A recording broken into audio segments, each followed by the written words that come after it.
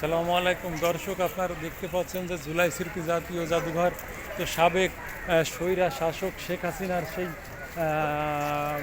গণভবন নামে যেটা পরিচিত, তো সেই স্বৈরা শাসকের গণভবনের ভিতরে আমরা এখনও আছি। তো আপনাদেরকে দেখানোর চেষ্টা করব ঘুরে ঘুরে আসলে সেই 24-এর স্মৃতি।